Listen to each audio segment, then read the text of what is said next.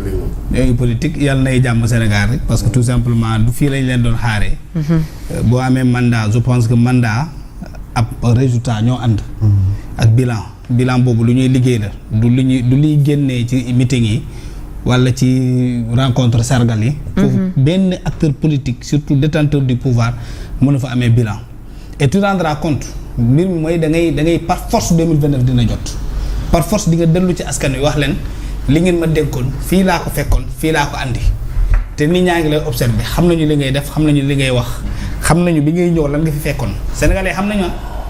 les sénégalais savent li xewoon ci réew mi. xam nañ ne fii amoon nañu bourse familiale te bourse familiale yooyu ñoo ngi ko daan fay normalement comme il se doit. sénégalais yi xam nañ ne y avait une politique pour la petite enfance.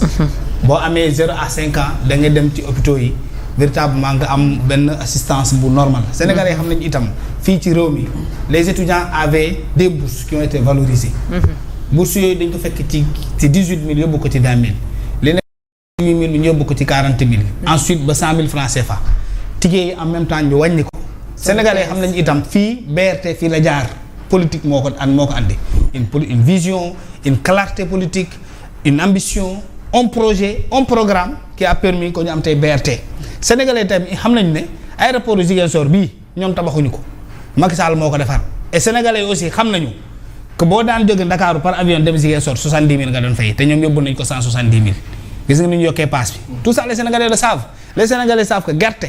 chinois yi dañ daan ñëw fekk la sa biir village jënd gerte gi bàccal ko seen bopp dugal ko ci seeni oto yëpp ko ci seeni camion yóbbu ko Ndakaaru ensuite jënd sa gerte sans difficulté ba tey gerte yaa ngi ci village yi kenn jëndu ko les Sénégalais aussi savent que tout simplement fii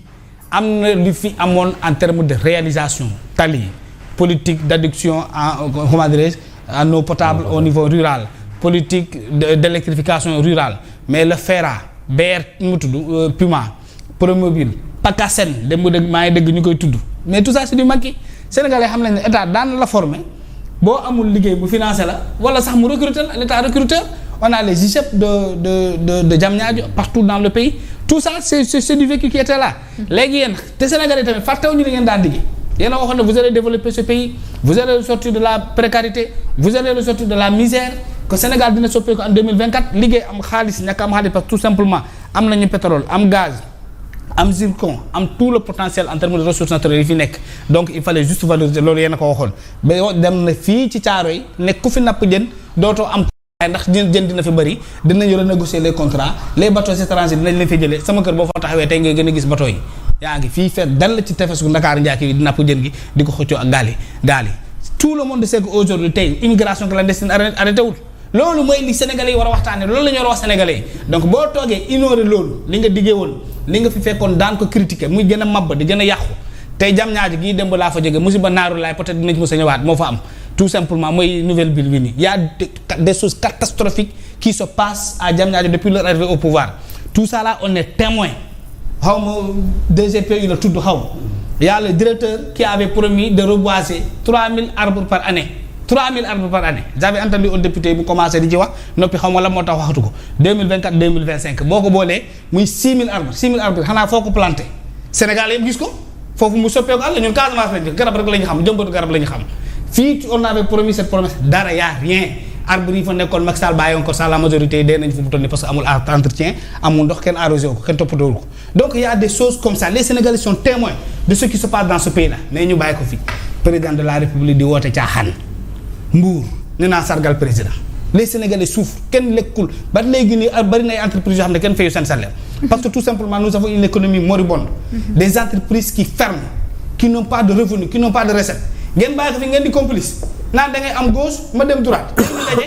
kenn ki di defar yére moromam di naan damay jubbanti sa veste ñi kokkali Sénégalais yi te loolu lañ toll c'est ça la vérité qu'il faut dire aux Sénégalais. C'est dommage. Mais on est en train de nous prendre comme je ne sais même pas comment qualifier cela. Pendant que les urgences sont en train d'accabler les Sénégalais.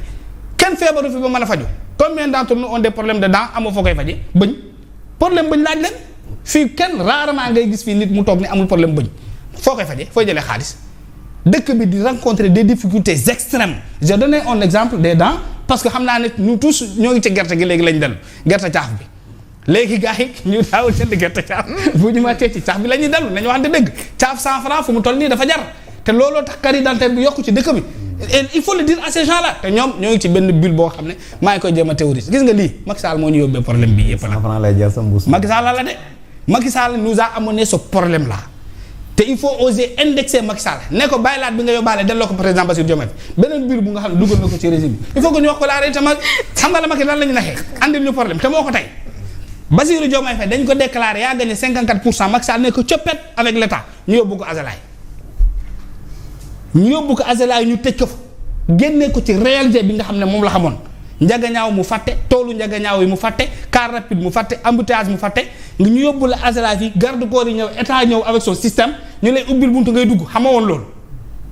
premier jour bu ñu paree le dimanche là ci lañ ko génnee ci monde sénégalais. Ah ben c'est normal parce que il a été mais voilà les conséquences que cela a entraîné. Non, il fallait Macky c'était pas comme ça avec Macky. Non mais si. Attends, c'était pas comme ça avec Macky. Mais bu ñu xamee rek détachement day ñëw fekk